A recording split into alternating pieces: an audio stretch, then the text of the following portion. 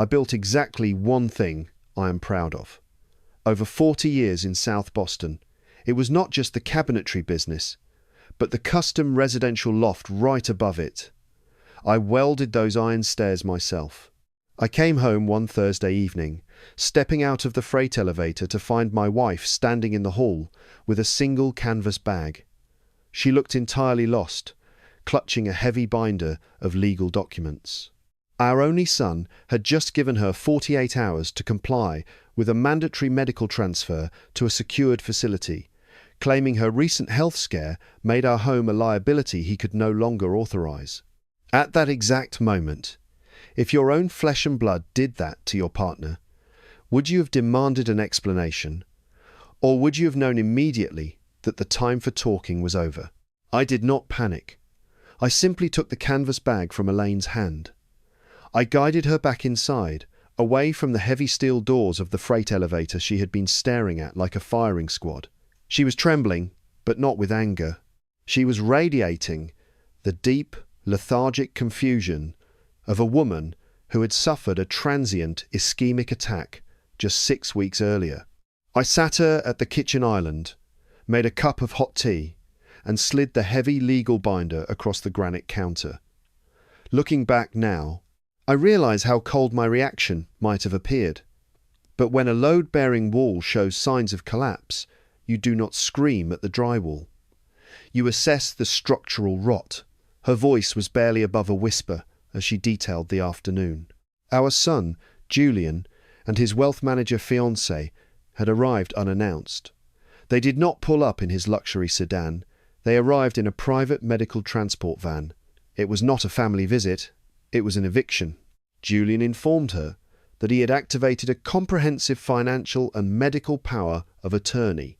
If I am being honest, the sheer mechanics of his deception were chilling. During Elaine's hospital discharge the previous month, while I was downstairs handling the valet, Julian had offered to help her with the paperwork. He had slipped a general durable power of attorney, a document giving him absolute control over her finances and real estate, right into the middle of standard medical release forms. My wife had signed it without hesitation, trusting the boy she had raised.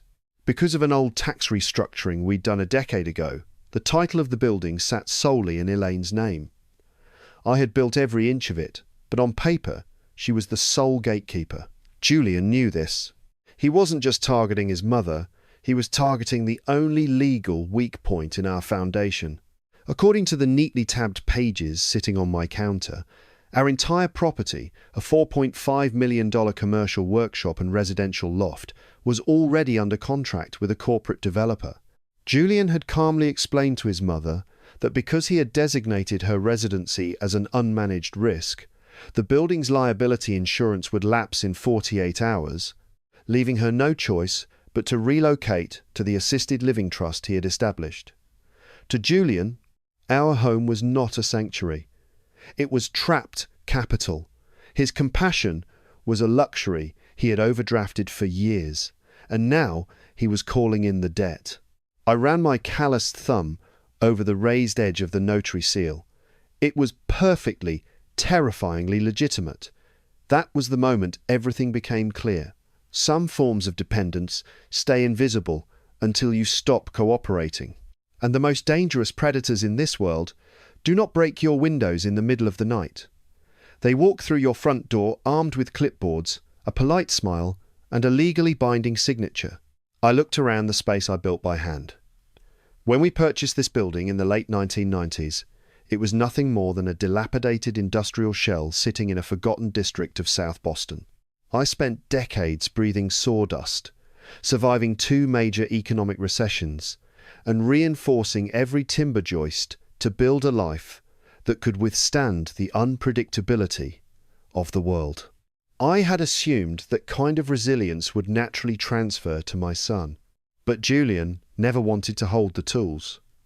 He only ever wanted to govern the spreadsheet. It took me years to understand that ambition and greed often wear the exact same tailored suit.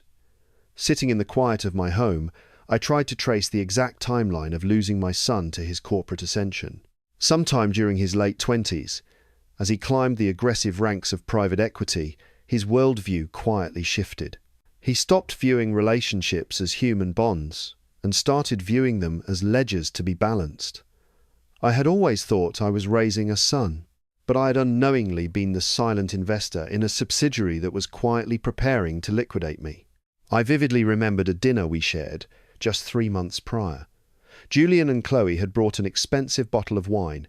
Sitting across from us at the dining table, I had milled myself from reclaimed walnut. The conversation had seemed innocuous, even caring. Julian had casually asked about our neighbourhood's changing commercial zoning rights. He framed his pointed questions around the rising burden of our local property taxes, presenting himself as a concerned financial advisor, looking out for our future comfort. At the time, I did not realise I was sitting through an unofficial commercial appraisal. He was not admiring the craftsmanship of the dining table. He was calculating the price per square foot of the floor plan beneath it. He was not checking on his aging mother's health. He was assessing her physical vulnerability as a liability. The ledger of his affection had been permanently zeroed out. I sat quietly at the kitchen island, listening to the hum of the refrigerator, realising the boy we raised was gone. In his place stood a corporate executor who was ready to finalise the acquisition. I did not raise my voice when I called him. The phone rang only twice before Julian answered, his tone as polished and frictionless as marble. I had expected hesitation, perhaps a subtle tremor of guilt, for having ambushed his mother while I was away. But there was none. Instead, he greeted me with the practised, sterile warmth of a corporate representative handling a minor administrative dispute. When I asked him to explain the eviction timeline, he did not apologise or deflect. He simply pivoted directly into his corporate vocabulary. He referred to the theft of our home as a necessary transition plan. He spoke methodically about the rapid gentrification of South Boston, the escalating tax burden liabilities, and how my wife's recent medical scare proved our independent living situation was an unmanaged risk.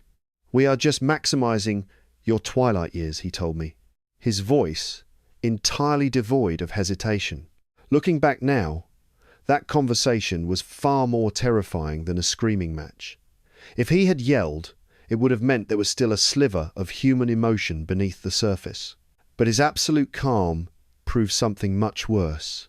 He genuinely believed that liquidating his parents' life was simply a smart portfolio adjustment.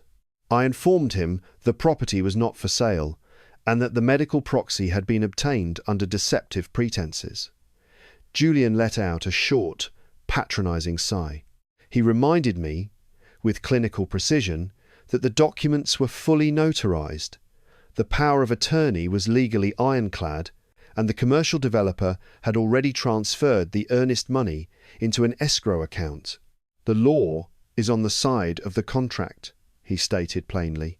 He advised me not to fight the inevitable, casually mentioning that the commercial surveyors would be arriving on Tuesday morning.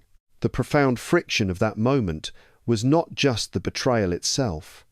It was the agonizing realization that temporarily my son had outmaneuvered me. The institutional systems governing our society did not care about the moral decay of my son.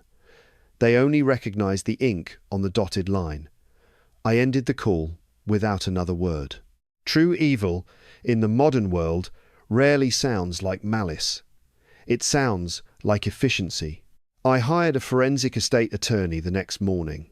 His name was Marcus, a seasoned professional whose office felt less like a sanctuary and more like a tactical bunker.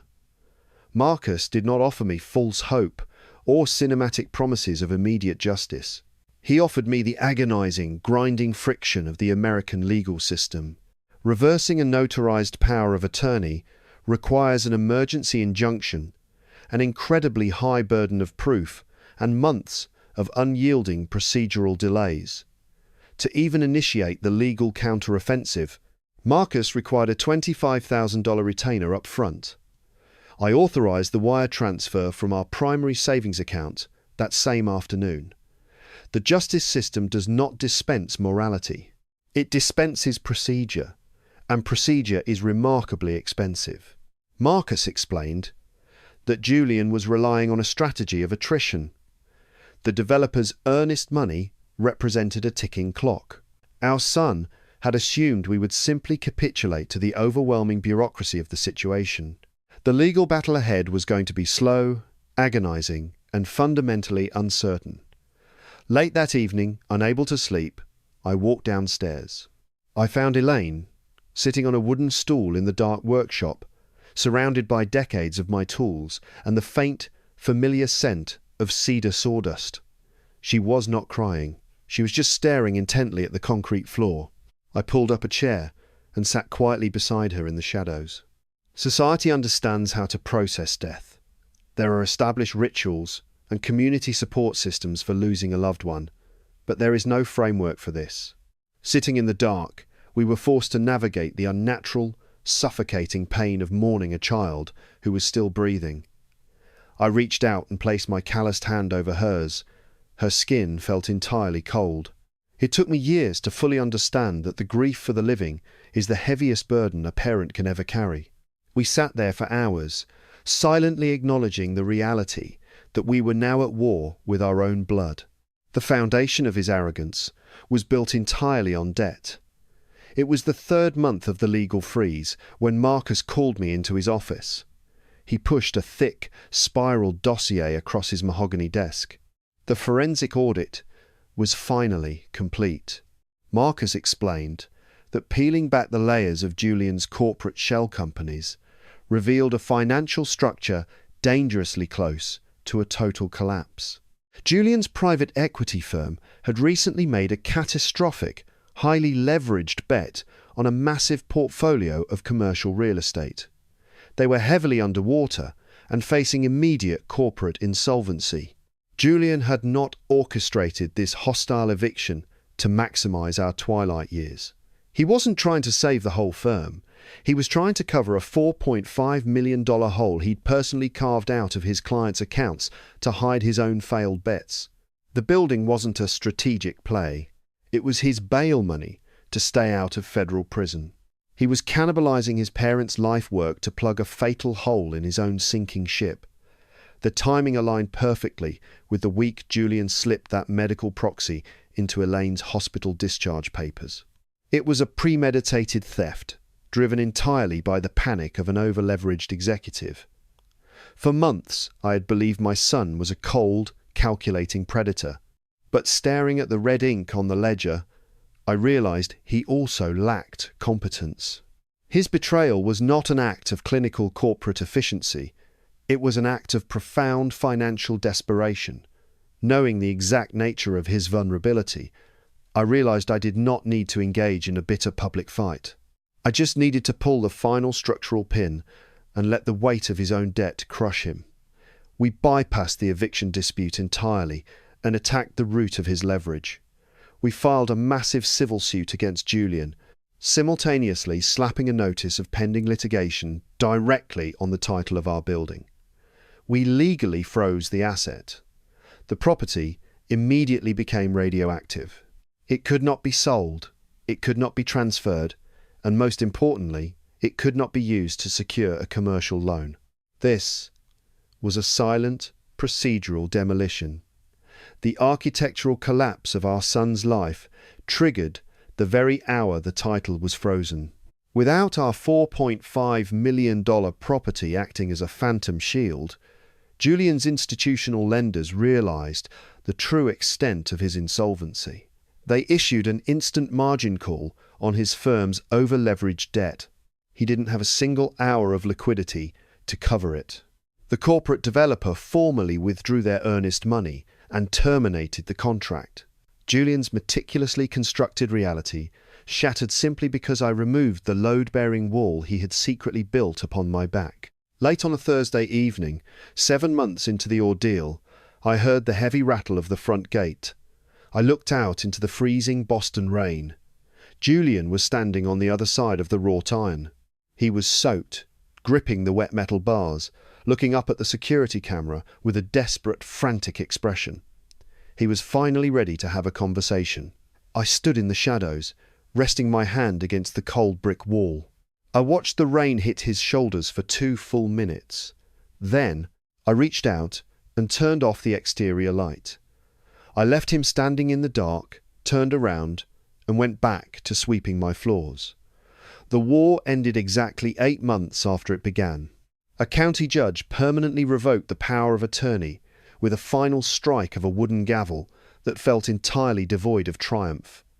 Julian was completely and utterly ruined. His wealth manager fiancée quietly broke the engagement and relocated to a different firm. Elaine and I retained our home, but victory is a deeply misleading word. We were $85,000 poorer, physically exhausted, and we no longer had a son. Later that evening, I walked downstairs into the workshop. I picked up the heavy medical proxy binder Julian had left behind on that very first day. I carried it over to the cast-iron door of the shop's incinerator, struck a single wooden match, and dropped it all inside. I watched the thick legal paper curl, blacken, and eventually turn to ash. It was the only physical funeral we would ever hold for our child. Looking back now, the hardest part of surviving a betrayal of this magnitude is the total psychological isolation it creates. When someone robs you in the street, society offers you immediate sympathy. But when your own flesh and blood attempts to liquidate your existence to cover a corporate bridge loan, there is no societal script. People offer hollow platitudes, quietly hoping that time will heal the wound, because the alternative admitting that some human bonds are fundamentally, permanently broken is too terrifying for them to acknowledge. I used to believe that as a father, my primary job was to fix things. If a pipe burst, I welded it. I assumed that no matter how badly my son failed, I could simply find the fracture and repair the structure. But it took me years to understand that you cannot repair a structure when the foundation itself has turned to sand. If I am being honest, the modern tragedy of our time is how thoroughly we have commodified human relationships. We send our children out into a fiercely competitive world, celebrating their aggressive ambition, completely unaware that we are training them to value capital over blood. Julian became exactly what his corporate environment rewarded. He learned to identify vulnerabilities, assess risk, and execute ruthless acquisitions. He just applied those precise skills to the woman who gave birth to him. Forgiveness is an incredibly dangerous concept when applied to the unrepentant. Society often pressures parents to keep the door unlocked, insisting that family is family. But a shared last name is not a license for financial and psychological violence. When a man decides to trade his soul for a percentage point, you do not throw yourself onto the tracks to save him. You draw an absolute, immovable boundary. You lock the heavy iron door, and you let him freeze in the desolate world he built for himself. The peace Elaine and I found on the other side of this ordeal was not joyful. It was the quiet, solemn peace of surviving a severe storm with the roof still intact. We drink our coffee on the balcony now, watching the city shift and change around us. We simply exist in the sanctuary we fought so hard to keep, acknowledging that the boy we loved died a long time ago, and the ghost of who he used to be is no longer our responsibility. Have you ever had to draw a permanent boundary with someone you deeply loved in order to survive their presence? What was the exact moment you realized the relationship could no longer be saved? If this story resonated with you, I would genuinely appreciate hearing your perspective in the comments below.